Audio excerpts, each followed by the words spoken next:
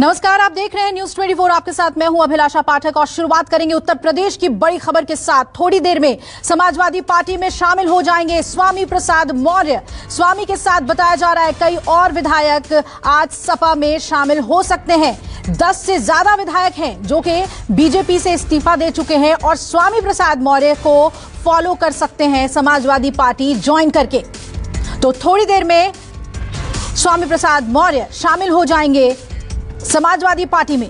और ये साइकिल की सवारी इस बार के चुनाव में कितनी रास आती है, ये चुनाव के नतीजे बताएंगे। लेकिन उससे पहले बीजेपी को बड़ा झटका दिया है स्वामी प्रसाद मौर्य ने।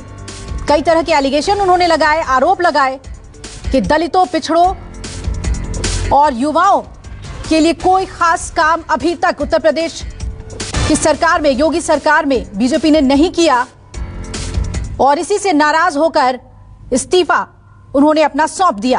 ठीक चुनाव से पहले बीजेपी के लिए इसे बड़ा झटका माना जा रहा है। लेकिन कितना बड़ा डेंट वो देते हैं बीजेपी को, और ज्यादा नुकसान पहुंचाने की उनकी कोशिश, क्योंकि उन्होंने दावा किया कि अभी परखच्चे उड़ जाएंगे बीजेपी के। जिस तरीके से सभी विधायक टूटेंगे, ये बीजेपी की कल्पनाओं से बाहर होगा।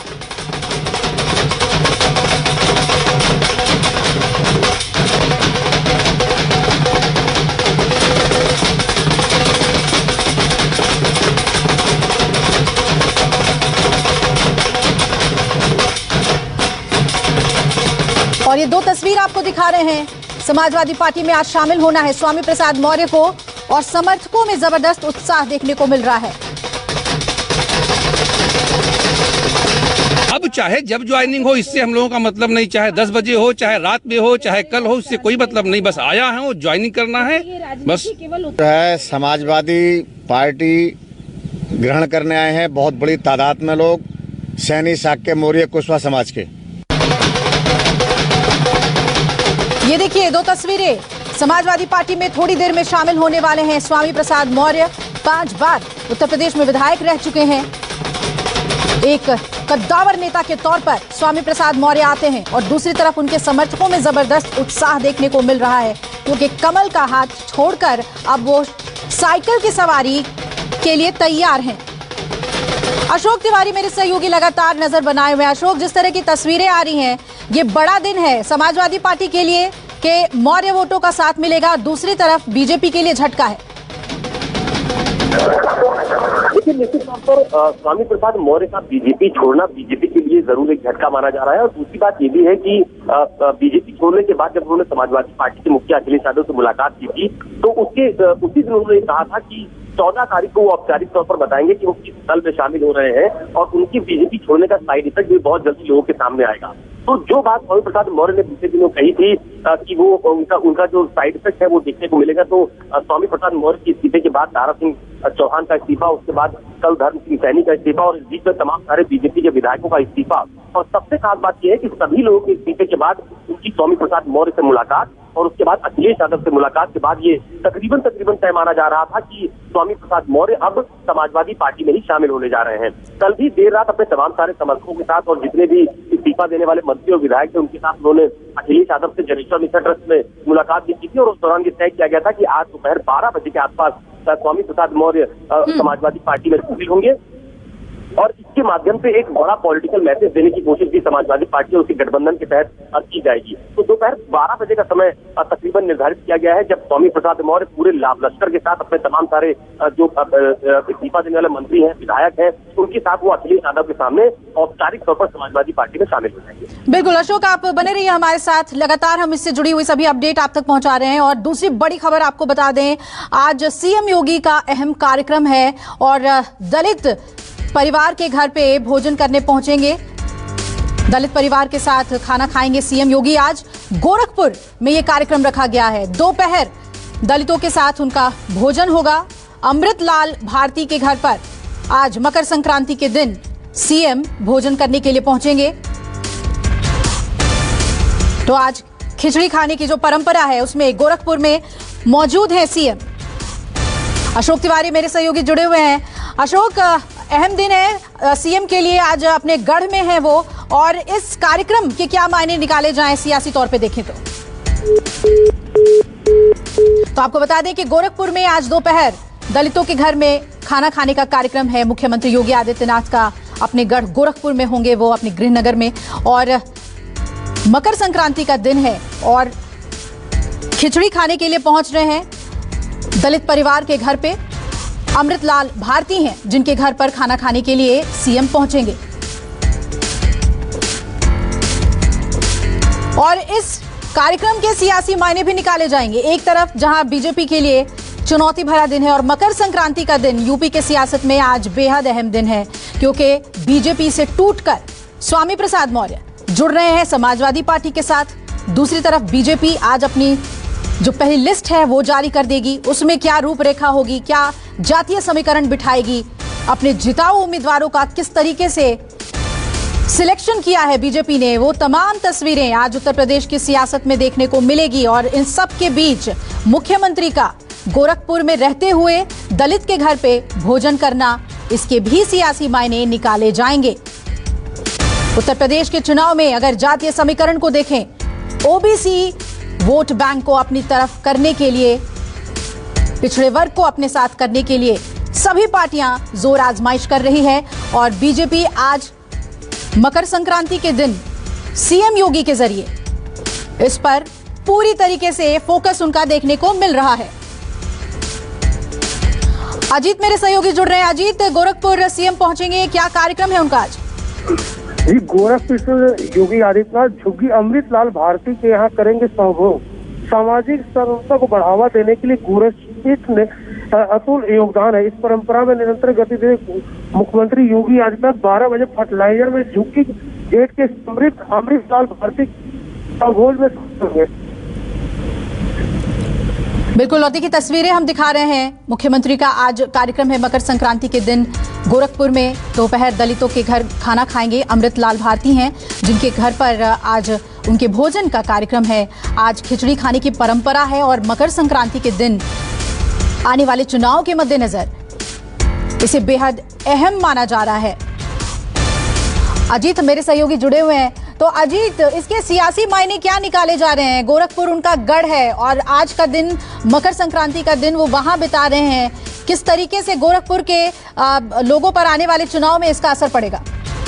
जी देखिए, परंपरागत खिचड़ी जो गोरखपुर का 15 कल खिचड़ी मेला है, तो योगी आदित्यनाथ जब भी अभी तक खिचड़ी मेले के दौरान जब मंदिर में रहते हैं और इस समय चुनावी समीकरण भी चल रहा है, तो अमृत महोत्सव के यहाँ साभोज भी करे। वैसे मुख्यमंत्री योगी आदित्यनाथ वनटांगिया में भी जाते थे, वहाँ बैठते थे। तो ये निरंतर अगर इसको चुनावी मुद्दा देखा जाए तो कोई ऐसी बात है। वैसे मुख्यमंत्री योगी आदित्यनाथ का ये हरदम ऐसे ही चला है कि वो जब भी गोरखपुर में आते हैं वनटांगिया या फर्टिलाइजर में अपने कार्यकर्ताओं के यहाँ वो जाते रहते हैं।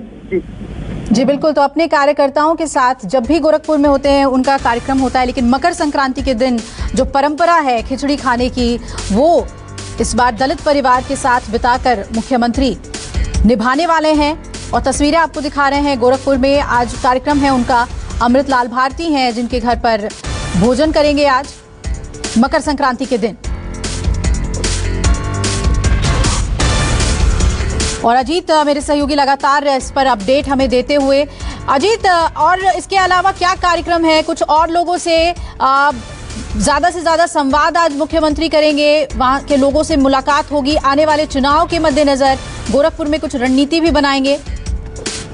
जी देखिए, मकर संक्रांति का पर्व है, मिलने का तांता मंदिर में लगा हुआ है। लोग आ रहे हैं, कोविड नियमों का पालन करके भी लोग मुलाकात कर रहे हैं। और चुनावी समीकरण जो उठा पटक चल रहा है उस पर भी चर्चाएं हो रही है, क्यों ऐसा हो रहा है, ऐसा क्यों हो रहा है। उसमें मुख्यमंत्री अपना कार्य कर रहे हैं, आगे जो पार्टी निर्णय लेगी उससे संबंधित।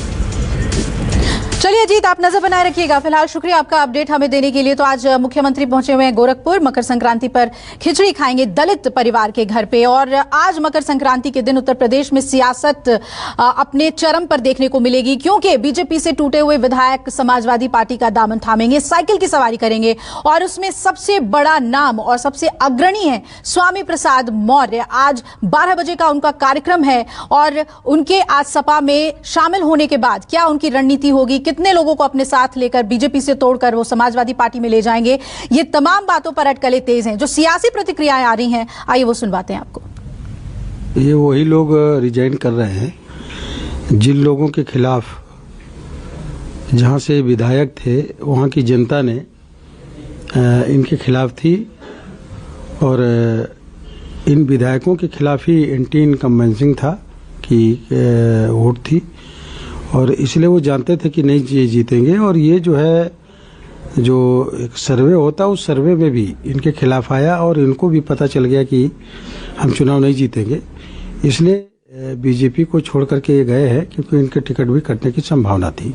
बहुत सारे लोग हैं, 2 दर्जन से ज़्यादा लोग हैं। मैं आपकी चैनल के माध्यम से उत्तर प्रदेश की 23 करोड़ जनता को उनके पैरों में प्रणाम करता हूं और उनसे ये आशा और उम्मीद करता हूं कि आज लड़ाई 85% से अधिक लोगों की है। आज लड़ाई गरीब, शोषित, दलित, पिछड़े, अल्पसंख्यक और अनुसूचित जनजाति की लड़ाई की बात है।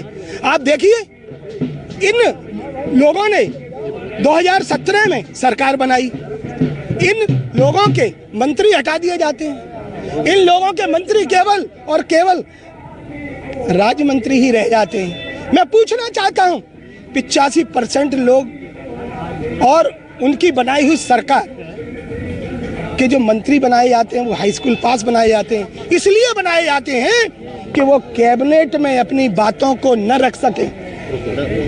भारतीय जनता पार्टी मुख्य रूप से मैं बताना चाहता हूं, संविधान को खत्म करना चाहती है, परम पूज्य बाबा साहब के संविधान को खत्म करना चाहती है। उन्हें मालूम था कि आने वाले समय में संविधान नहीं बचेगा, उन्हें मालूम था चालाक, चतुर, पढ़े लिखे लोग इसे खत्म कर देंगे। तभी उन्होंने कहा था, रोते हुए आंखों से कहा था कि अगर इस संविधान को आप आगे न बढ़ा पाए तो इसे पीछे मत हटने देना, इसे पीछे मत हटने देना। 85% लोगों की आवाज को बुलंद करते रहे। शिकोहाबाद के मुकेश वर्मा को आप सुन रहे थे। उन्होंने भी इस्तीफा दिया है और माना जा रहा है कि ये भी स्वामी प्रसाद मौर्य के साथ समाजवादी पार्टी ज्वाइन कर लेंगे आज। तो आज मकर संक्रांति के दिन सियासी सरगर्मियां अपने चरम पर है उत्तर प्रदेश में। तो कई ऐसे विधायक हैं जो बीजेपी का दामन छोड़ चुके हैं और माना जा रहा है कि स्वामी प्रसाद मौर्य अपने साथ उन्हें समाजवादी पार्टी में लेकर जा रहे हैं। कितना बड़ा नुकसान वो बीजेपी को देते हैं, ये देखने वाली बात है। कुछ और प्रतिक्रियाएं भी आ रही हैं, सुनते हैं। जो दूसरों का हक निगले, जो अनुसूचित जात जनजाति का आरक्षण अजगर की तरह निगल जाए, जो पिछड़ों का आरक्षण सीधे सीधे मस्त होकर के चट कर जाए, स्वाभाविक रूप से ऐसे नाग रूपी आरएसएस और सांप रूपी भाजपा को स्वामी रूपी नेवला उत्तर प्रदेश की धरती से खत्म करके ही दम लेगा। आचार संहिता लगते ही न मंत्री रहता न कोई विधायक रहता। अगर वो 6 महीने पहले, 1 साल पहले बोलते, अभी 15 दिन पहले 11 तारीख को मोदी जी के मंच पर बहुत कुछ बोल रहे थे कि मोदी जी ये है, भारतीय जनता पार्टी है। अगर किसी की आवाज 15 दिन में बदल जाती है तो 15 दिन बाद फिर आवाज बदल जाएगी। आज के दिन में अगर ये आवाज सही रहती तो 1 साल पहले रहता। अगर उनके अपने समाज का चिंता होता, पिछड़ों चिंता होता तो एक सम्मेलन करते, एक पंचायत करते, मेरे जैसा लड़ाई करते। अब ये स्वामी प्रसाद मौर्य जी बताएंगे, जो वो कहेंगे वो करेंगे। उन्होंने तो ट्वीट कर दिया है। ट्वीट कर दिया तो हम भी उनके साथ जाएंगे। ये बताइए और कौन कौन आ रहा है, और कौन कौन आ रहा है? अभी देखिए, आज तीसरा दिन है इस्तीफा देने का, आज तीसरा दिन है। इसी तरह रोज एक मंत्री 20 तारीख तक, एक प्रतिदिन एक मंत्री, 3-4 विधायक रोज इस्तीफा देंगे। ये मान लीजिए 20 तारीख तक। बैठक के माध्यम से जो 172 सीटों को लेकर चर्चा हुई, बहुत सार्थक हुई और भारतीय जनता पार्टी शानदार विजय, जैसी विजय हमने 2017 में प्राप्त की थी, उससे भी शानदार विजय हम 2022 में प्राप्त करेंगे। और इन प्रतिक्रियाओं के बीच आज जो बड़ी घटना है वो भी बता दें आपको। बीजेपी आज अपनी पहली लिस्ट जारी करने वाली है, लेकिन जो संभावित लिस्ट है उससे जुड़ी हुई जानकारी सामने आ रही है और कैराना से बताया जा रहा है कि मृगांका सिंह को बीजेपी प्रत्याशी के तौर पर टिकट मिल सकती है। और दादरी से तेजपाल नागर का नाम सामने आ रहा है, वही खतौली से विक्रम सैनी और साहिबाबाद से सुनील शर्मा को टिकट दिया जाएगा। वहीं सरधना से संगीत सोम दावेदार होंगे बीजेपी की तरफ से, सूत्रों के हवाले से खबर आ रही है। वहीं किठौर से सत्यवीर त्यागी का नाम आगे आ रहा है, अतरौली से संदीप सिंह, मेरठ से अनिल अग्रवाल और लोनी से चंद्रशेखर गुर्जर। और कुमार गौरव मेरे सहयोगी जुड़े हुए हैं। कुमार, ये जो संभावित लिस्ट है, क्या माना जाए इस पे मुहर लग जाएगी, क्या बता रहे हैं आपके सूत्र?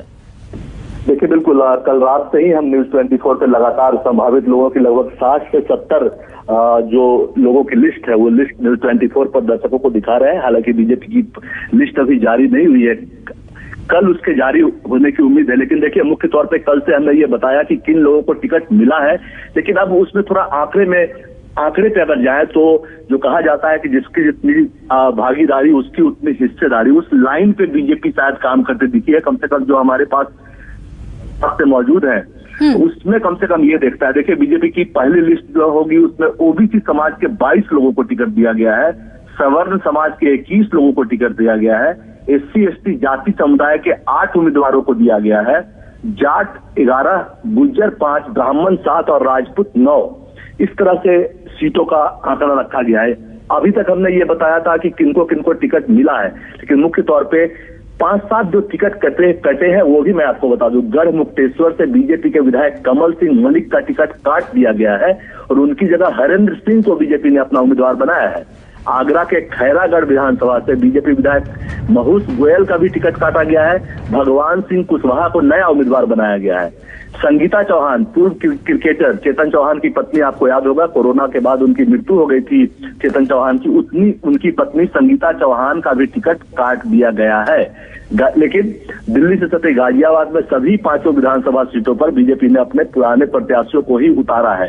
तो कुल मिलाकर अभी जो 60-70 लोगों की लिस्ट कल रात से हम लोग लगातार न्यूज 24 पे दिखा रहे हैं, उसके आंकड़े के हिसाब से अगर जाए तो 5-6 टिकट ही काटा गया है, यानी कि 10% के आसपास अभी कटिंग रेट है। लेकिन आगे जैसे जैसे ये लिस्ट सामने आएगी आप देखेंगी कि बीजेपी लगभग 30 से 40% सिटिंग एमएलए का टिकट काटेगी। लेकिन जातीय समीकरण का पूरा ध्यान रखा गया है।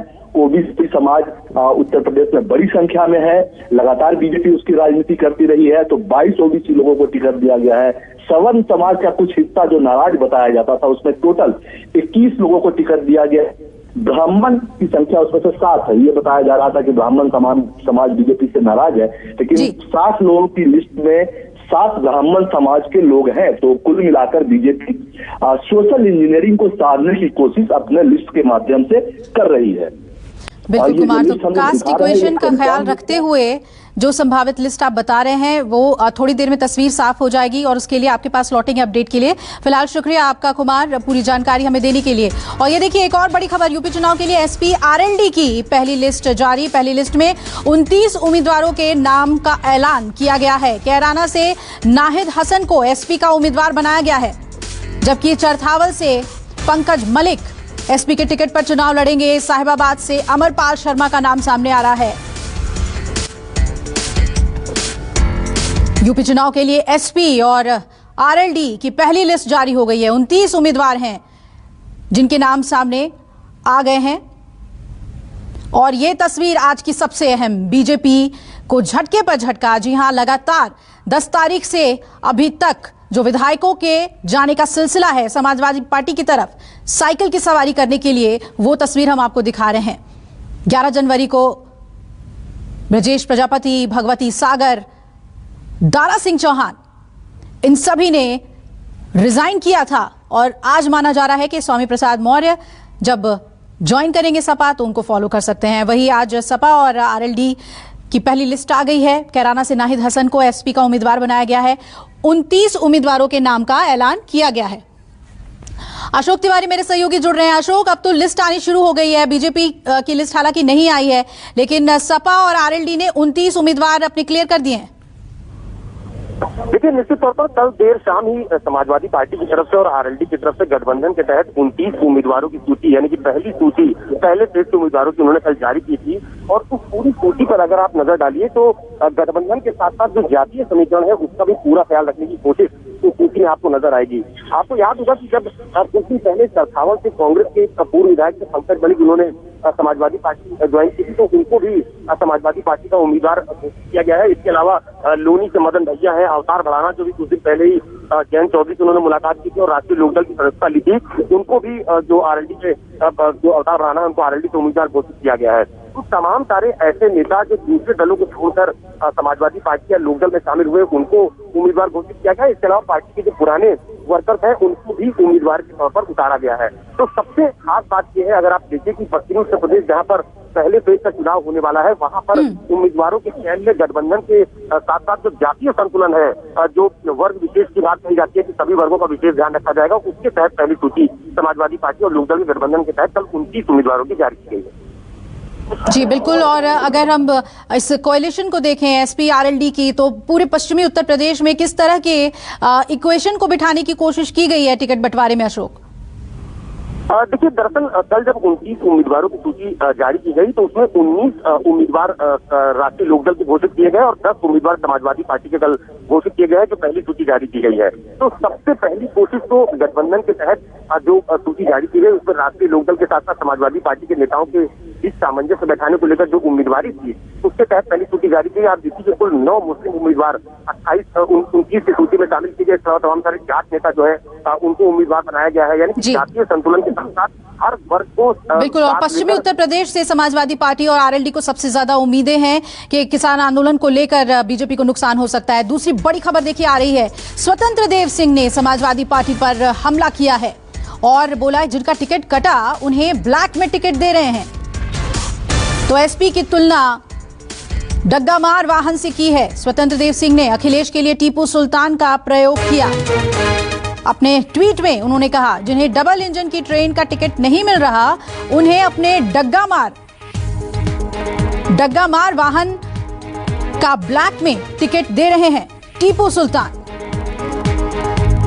तो अखिलेश के लिए एक बार फिर टीपू सुल्तान संबोधन का इस्तेमाल हो रहा है और ये कहा जा रहा है कि जिन्हें बीजेपी में टिकट नहीं मिली उन्हें ब्लैक में टिकट समाजवादी पार्टी इस चुनाव में दे रही है।